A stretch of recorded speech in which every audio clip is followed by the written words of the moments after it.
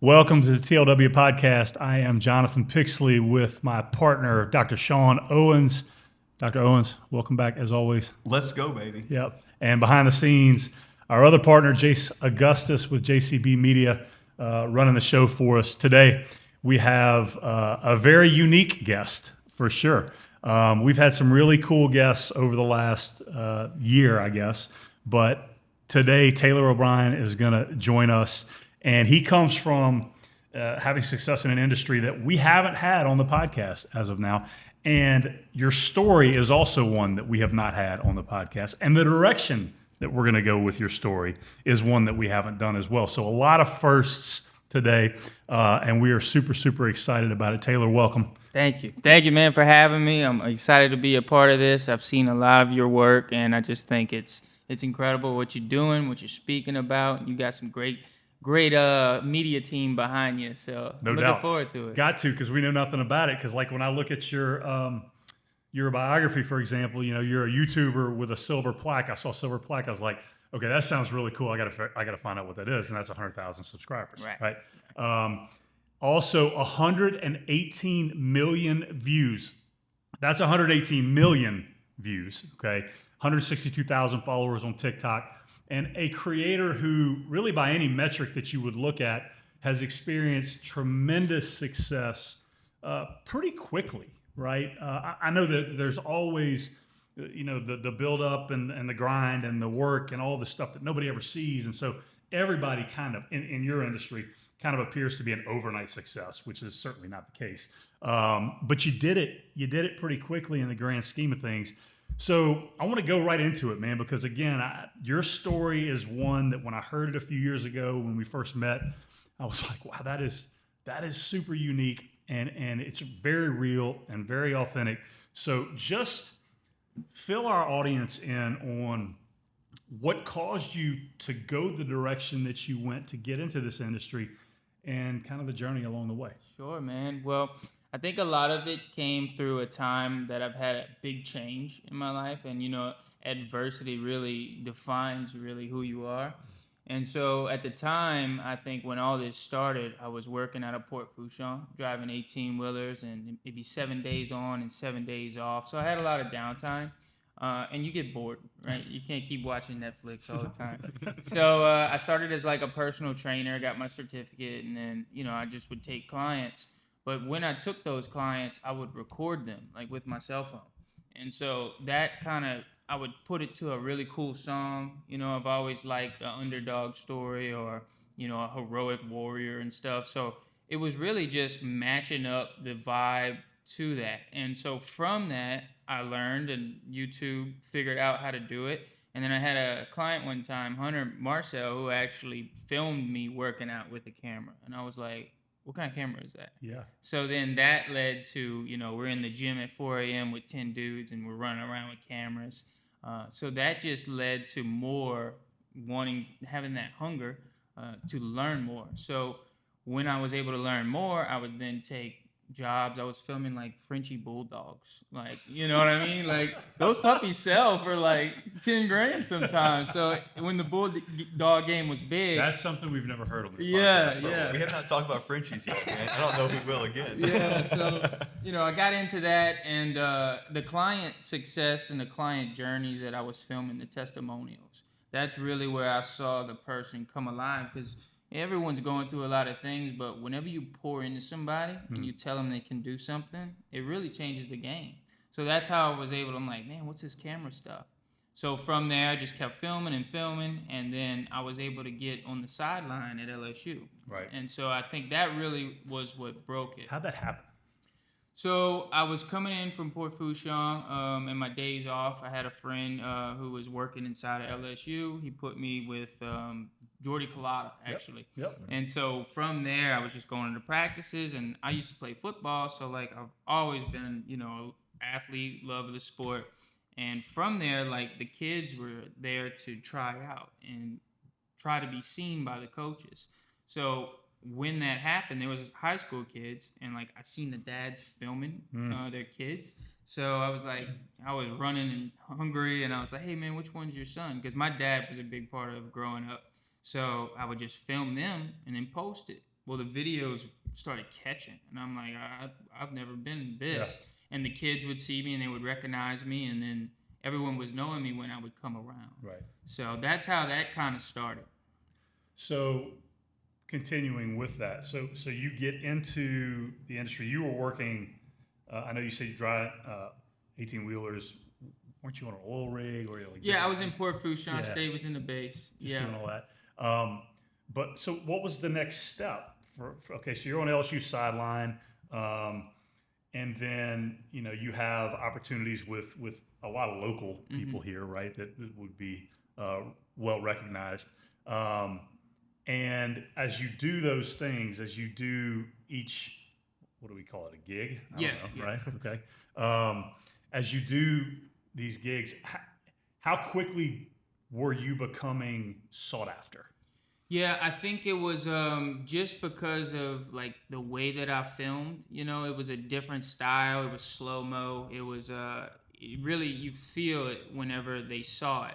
And from that, there was a LSU versus Alabama game, and I had like the end zone corner shot that really blew up. And from there, I was recognized by very reputable law firm. So I think that was really the turning point for me, and knowing like, hey, this camera stuff could really turn into something. And people, they were knowing me everywhere I went, and it was just like an unprecedented thing, because like, you don't know, once you get that rush, it's like, whoa, how can I keep this? Right. You get addicted to it almost. Right. So you're getting these shots, and I know some of the Kim Mulkey shots were a big part of this too for you. And so you're getting that. You're still working the job at Fourchon the whole time. You're doing all this stuff initially with LSU, correct? Right. So I originally started, doing that work, but whenever I had that Alabama video go big, I was then reaching out, and then someone saw my work and they knew me, and they offered me a gig. And once I got in that, it was the Kim Mulkey with NIL, and I think at that time, women's sports wasn't really talked about. Yeah. So I think that's really what blew it open. What significant obstacles did you have to overcome getting to that point where you finally get the opportunity to step out of the job in Fourchon to being full-time into what you love? Yeah. So the obstacles were definitely, at the time I was going through a really rough patch. So anytime you see the light at the end of the tunnel, you just push a little harder. So the obstacles that I was dealing with, I think, really motivated me into more of a newfound way of creating a different life. And then, the obstacle of like, you have to go to college, or you go in the oil field, right? So it's like, when you see that, it's almost an identity, crisis, to where like, am I good enough? Or is like this even possible? Or like, is this a real job? The imposter syndrome. Yeah, imposter syndrome is it's huge. real. It's real, bro. Yes. Did you ever have a moment where it's like, this is the moment I've made it? Or is that something that you're still like edging up on right now? No, I definitely had that moment once I got that job doing what I love. Yeah.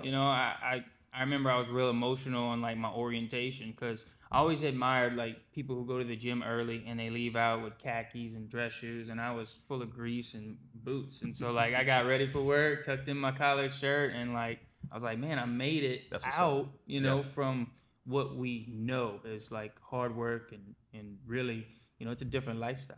Yeah, I love that. So let's transition here, okay, into what I'm really excited to hear, and our viewers, I think, are going to, it's going to be really beneficial for them. So you have started at the bottom, right? You have worked your way up. You have been to the quote unquote mountaintop at times, right? You've overcome the obstacles along the way, but you've been there. The Alabama video, the involvement with LSU, the involvement with businesses in Baton Rouge. And recently you informed me that, you've been involved or been in a little bit of a valley of sorts, right? One that came from burnout, one that has led you to question your identity. Which, by the way, unbelievable. Thank you for your transparency in doing so. But, what has that been like? And then, as you have what caused you to recognize it? And then, as much as you're willing to share, what's your climb like right now? Yeah, no, that's great, man. I think, like you said, there's peaks and there's valleys. So when you're at the top, or you think, I have to do more, or I got to perform, or I got to make a better video. Like that takes a toll, and it's constantly produced. And if it flops, then you're like, man, I suck, or like I don't know what I'm doing. So being able to recognize, when you are in a place that is good and being where your feet are. That's something Greg Brooks always Huge. said, man. He was like, be where your feet at. That's right. And that right there, I live by that now because, now that you come in the valley from riding so high, it's just how do you get out? And when you lose momentum, whenever you become an enemy of yourself, those are big things that discipline comes into play. I used to be like gung ho, like, hey, fight through anything. And now it's like, if I get out of bed and make my bed, that's a win. So you say an enemy of yourself. Explain that. Yeah. So we are what our thoughts are. Yep. And so whenever you are beating yourself up because you're comparing to what you used to be or used to be able to do, then you feel like you're behind or you can't catch up or like, what's wrong with me? I'm toasted. I'm burnt out. Like, is this normal? Am I depressed? Or like, what is it? So I think being able to, identify those things because we're always reaching for the next thing. Right. Doesn't matter how much money we make because we're always going to want more, So I think that's the key role is understanding the reality of things, appreciating the people around you because people come and go so much, whether it be life and death or just relationships fall apart. So life's always changing, and I've always wanted to like find stability and keep it where it's at, and that's just not how life works. No, it's not. And so as you're in this valley and working your way out of it, is there, when you, okay, metaphorically speaking, of course, when you look up out of the valley, okay, are you looking at where you were and go, I can get back there? Or is there something else that you're looking towards? Yeah, it's definitely knowing that I'm not the same guy that I used to be. I don't have the same energy. My drive is different. The pressures that I'm dealing with because I was at the peak is definitely something that, I'm not looking to get back. I always compare, which comparison is the killer of joy. 100%. Yep. Yeah. Yep. So it's always about, I tend to build things up in my head, make bigger problems, turn moles into mountains. So recognizing that I have to only be able to look at the next rock to grab.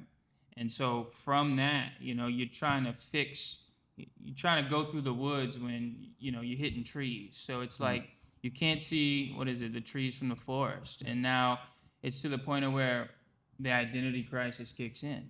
What am I doing? What's my worth? Because a lot of times in the social media game, all the numbers are cool and everything, but at the end of the day, we're all humans, and like we all have that drive to want to do better, want to be known. But a lot of times that validation is given through other people, and if you lose sight in that validation, you don't validate yourself, then that becomes a slippery slope, and you fall back down that mountain a bit. Yeah, I think that we don't, as a society, discuss the valleys enough. What you're saying resonates with me 100% because I am finally out of my first major valley season, and so he helped me out a lot right there. Yeah. We had a lot of discussions about it, but it's one of those things I look back on and I'm so grateful for because of the specific lessons that I learned. I was somewhat similar in that I was always comparing myself to something else other than where I was. My issue was I was comparing myself to where I thought I would be at a specific age. And it was really challenging because it was like it's a Dan Sullivan gap and gain thing where it's like I said, I'm never right there. I'm never right there. I'm never right there. But I wasn't reflecting on where I had come from. And of course, it's like if I look at where I'd come from, significant changes have been made for the better along the way. Are there any specific tools? I mean, you alluded to something I love that, small wins are a big deal and it comes down to stacking small wins. Any other specific tools that you can give to our viewers, like your reliance on faith or anything else that has helped you out along the way thus far? Yeah, definitely. Having that echo of energy around you, keeping good people around you. And if you don't have good people, you got to watch what you feed yourself. Bro, You that know, is whether so that, strong. yeah, because look, when you get burnt out, you're on that phone. And if your algorithm is not pumping good stuff, you know, That you're in algorithm's trouble. always following you too, man. I tell you Yeah. what. So definitely feeding your mind to battle those loud thoughts, Yep. you know, and quiet those things. Definitely physical activity, walk, you know, take a break. You know, we think we got to lock in and just do.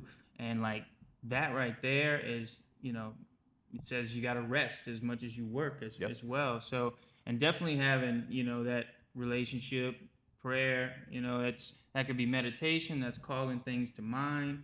So the awareness of it all is something like a tool you need. Writing things down, they say it's like 80%, and it also gets it out of your head. Yeah. So those tools stacked up with, you know, talking about things, you know, you don't want to be a Demi Downer, but sometimes, man, just getting it out to a listening ear, it really helps. I agree 100%.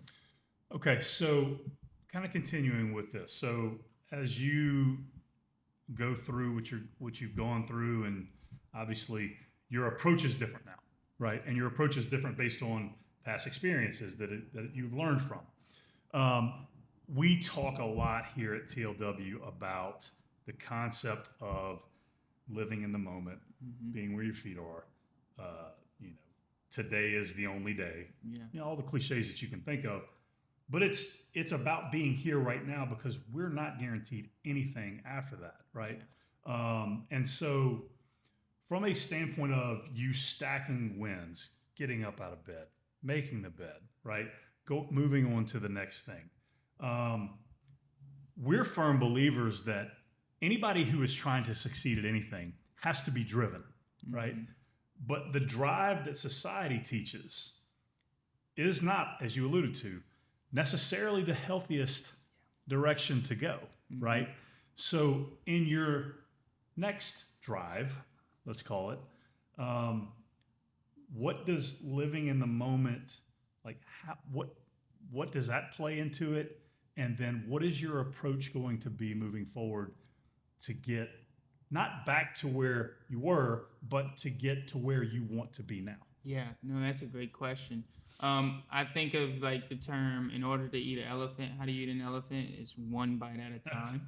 And so it can be slower process, you know, especially with the hustle culture that you see. You know, you got kids driving Lambos, you know, you like, damn, how do you get that? You know, and then, like I said, with the validation point, you know, so being able to work through that and have like a grip on reality, because we get lost in reality, and then if someone believes something, a lot of times you can't tell them or they won't hear you. Right. So, you know, that what it looks like getting back out is just simple wins. Writing something down, scratching it off is what someone told me recently, and being able to like not look at that peak right now, because you're not there, and if you focus on the peak, you're going to miss the small rock.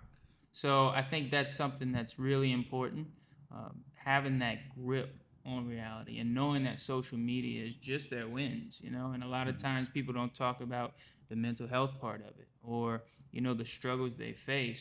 I relate to, Kyron Lacey, you know, he was a close friend of mine, and like, to me, I felt like he got judged to death. Whew. You know, whenever like you're at that peak, you don't want to let people down, people look up to you, and whenever you feel like there's no way out, like, it shouldn't be able to come to that, but it does happen. Right. And so being able to have those outlets, those tools, reaching out to people, therapy, anything that you feel like you have to get out, make sure you're calling attention to it. But we also live in a therapy driven culture, you know, where your therapy, your trauma, you could go to a doctor or a therapist and tell them, you know, you're depressed and everything, and they will find something for you to do. Now, granted, some people need it, but at the same time, when you dwell on it, I mean, I've fallen victim to that. You know, man, what's wrong with me? Like, am I this? Am I that? It's a narrative that you create. It's just a family history. But if you ruminate on that, that's where it goes sideways. Yeah. So we have 5 pillars that we at TLW base kind of everything that we we do on and what we preach and what we in our actions and everything that we're about. Honor God above all else. Discipline is diligence. Value people over profit. Lead through service, not self, and build legacy through integrity.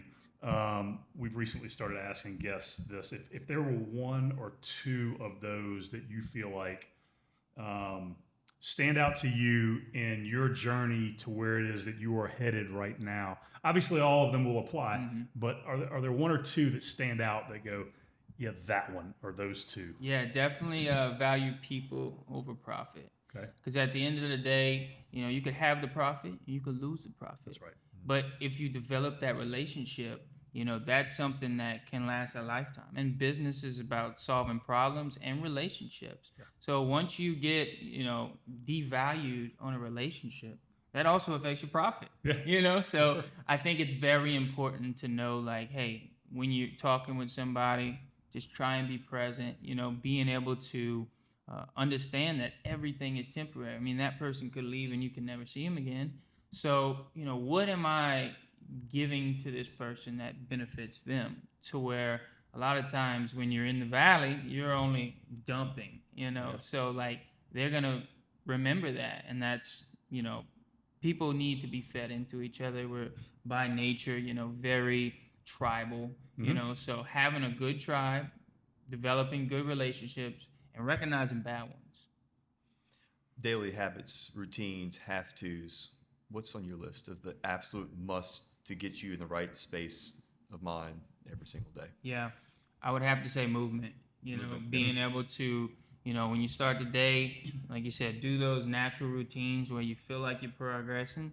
You got to get out in the sun, and get regular vitamin D, So, and just also too is like time blocking your day. If like you're gonna do something, I'm gonna do it for this long, because if you go in without a plan, you're gonna scatter yourself. You feel like you did nothing all day. I'm a procrastinator. I don't have that same motivation or drive. Like, why can't I get anything done? So then it's a slippery slope backwards. So I really think, having a good routine, whether it just be 3 things, like you say, just get up, go, wash your face, brush your teeth, and then what? Well, if you don't have it planned the day before, that's a big thing. Like, know your day the next. But when you don't know which way to go, because it's coming from every angle, sometimes you just got to step away. You got to just break. How important is it to you early on in the day to, because again, we preach this, to feed your mind, to feed your heart, like it could be through prayer, meditation, reading, and then also from a standpoint of endorphin kick, where you're physically challenging your body early. How important is that in your opinion? I think it's very important, because what I've noticed through this is I am my most anxious when I wake up. Yeah. And it takes all day long for me to calm down. And then at night, I'm up and I'm like, man, I could do this again. And you wake up and you're like, oh my God, which way to turn? So I think as soon as you get up, you're kind of delusional when you wake up because you're just waking up. But don't open the phone. Do not open the phone for, like they say, the first hour, because I think studies show like you are less attention focused if you do that. Yeah. And if you catch something and you keep scrolling, or you're like, man, why'd they do that? Or like the world is messed up. Then you kind of carrying that energy. You're creating a certain vibe that you're going to carry with you for the rest of the day, for sure. Yeah, absolutely. Yeah, and that's what I think is the most important, is you got to be able to feed it instead of trash. Your eyes are the windows to your soul. So it's like, whatever, you have to be very calculated before you just get in the, what they say, doomsday scrolling. You have any books that you recommend? Books that you read that have changed things for you? Anything like that? Books offhand. I've had like 80 audio books, so like I'm trying to think one particular. Let me see. It's been a while since I've. And you were the first guest we've asked this to. Yeah. So you literally. So thanks, by the way. Yeah. Yeah. No, you're good. I want to like pull out my audibles and see which ones. Let me do that real quick. Okay. Let me see. Yeah. Because I never read, but what I do is I listen. Yeah. And I've got a bunch of them, but you'll see the ones at the top. Let me see here. $100 million offers. See, out there. Hormozy sounds like a I'm on lot of what Hormozy. you said. I heard the echoes in for sure. Yeah, I'm on Hormozy. It's all in your head. Oh, here we go. So the Creative Act by Rick Rubin Okay. is one that I really enjoy because it is the mind of a creative. You know, I think it was Edgar Allan Poe. You know, like they all did their best work at like the peak of their losing their mind. Right. Really. So being able to balance that and knowing like the imagination is big in a creative and regular humans. I mean, everyone I think is a form of a creator. You know, you create your whole life and you create, you know, your environment based off your actions. So that Rick Rubin is just he's out there, but he really puts into perspective about how life is similar to art.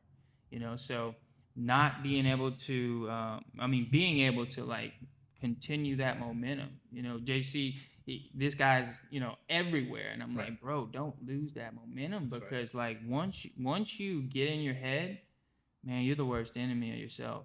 So let me get this straight. You're saying that you need to actually lose your mind so you can. No, I'm just messing. No, That is not what he is saying. once you've at all. lost it, Right? it's Edgar Allan Poe. When he hit Edgar Allan Poe, I was like, yeah. "Ooh, this is different. I like this." Yeah, Yeah. let's go. I was trying to think, was it Michelangelo who like did his best work at like, the peak of his whatever his mind frame was? But I think too, it definitely stems from uncontrolled thoughts, and losing reality within your mind, and like focusing on the wrong thing. And if you get on a path where you're locked into, That's for sure. you don't know you're on the wrong one. The conversations.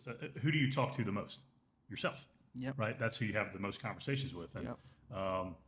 you have to really train yourself to have the right conversations with yourself, because otherwise you will steer yourself, and that is oftentimes what Those are the happens. most important ones, without Right? a doubt. Yeah. I think we do a quote in a Bible verse that we kind of look at as what we build everything off of for TLW each week, and that was this week's quote was the most important conversations you'll ever have are the ones with yourself. David Goggins said that, and I think that really it's not a coincidence that we're talking about this based on that going out this past Sunday. Definitely So not. Yeah. They say a man is what his thoughts are, so having that ability to, recognize it when a lot of times we don't, and people are pouring into you, telling you how great you are.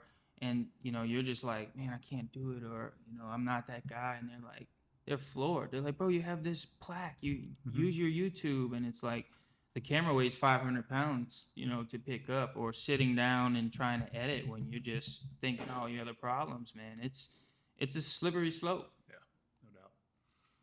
no doubt. Okay. What's next What's next? for Taylor O'Brien? So right now I'm in a season of patience, of rebuilding, being able to get through the day. And that's what it is. And if you can't get through the day, just get through the next 10 minutes, Yep.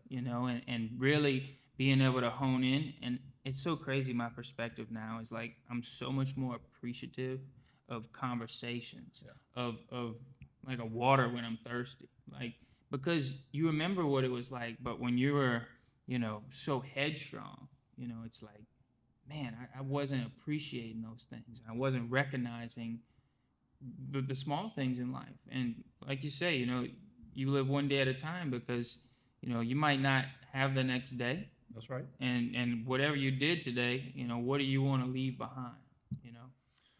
So we ask all of our guests this question, and my partner here was listening to a podcast that you were on back in 2023. Yeah. Is that right?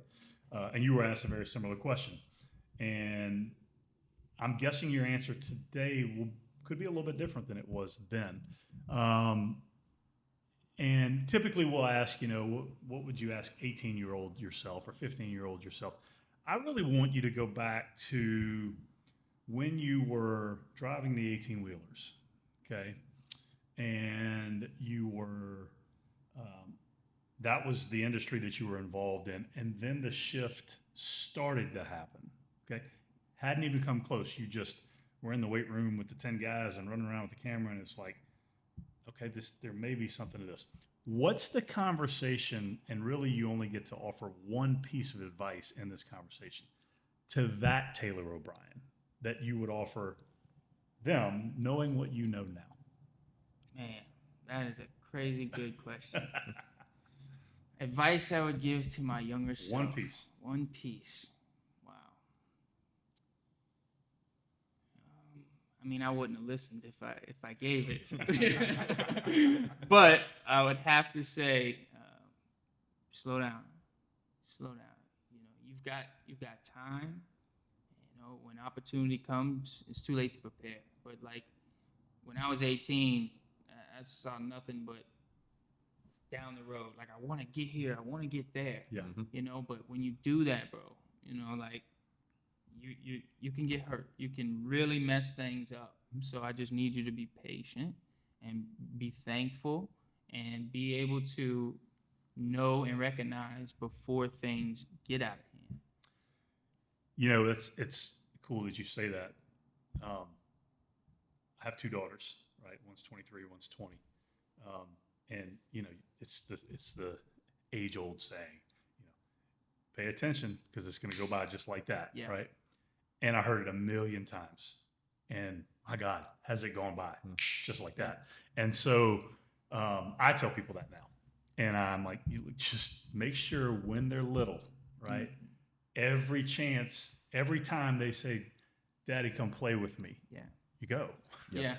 right? Every time they come to you with something just completely off the wall, you may not be remotely interested in it, but listen, Yeah. right?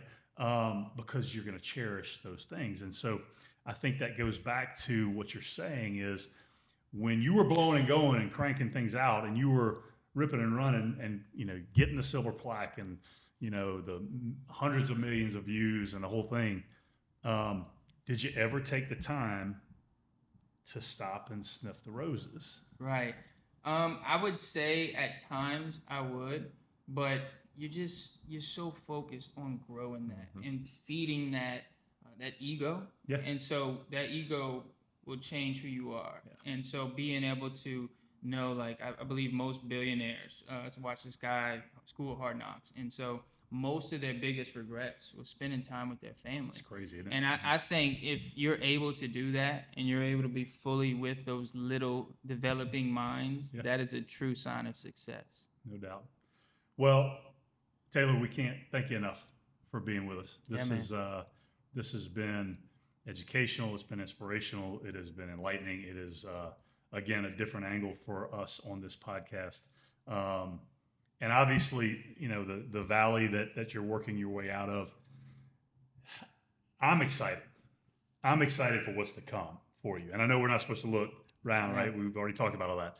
But I only see amazing things for you, not just because you've done it before, but because of what you learned when you did it that makes you want to do it a little differently, a little better, a little slower. Absolutely. Right. And so thank you again so much for coming. We're going to be watching you as you move forward. And it really means a lot to us that you were able to join us today. Man, thank you for having me. I'm honored to hear all that, to be a part of this and what you guys are building. I think that right there, just it hits harder. Yeah. So Yeah. I appreciate that. Absolutely. 100%. So for Jonathan Pixley and my partner, Dr. Sean Owens, and our other partner, Jace Augustus with JCB Media behind the scenes, we are signing off with Taylor O'Brien from the TLW podcast. Go get it.